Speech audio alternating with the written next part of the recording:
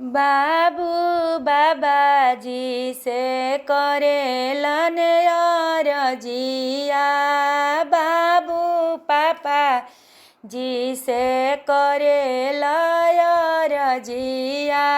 बाबा देखी दिहती दिनावा सुदिनावा जनेउआ हमरो कई देती जी। पापा देखी दिहती दिनावा सुदिनावा जनेउआ हमरो कई देती जी। चाचा हरदी के पाते लिखी चिठिया, चाचा मामा जी के दीही भेजवाई।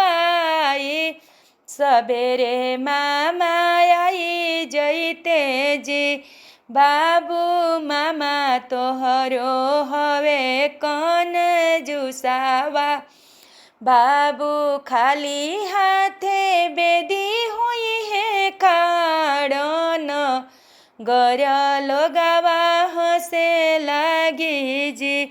बाबा मामा हमरो मोहर भंज है, बाबा मामा हमरो मोहर भंज है।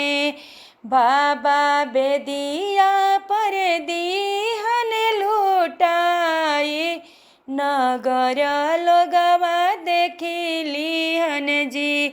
पापा बेदिया पर दीहन लुटाई, नगर लोगवा देखी लिहन जी। चाचा बेदिया पर दीहन लुटाई, नगर लोगवा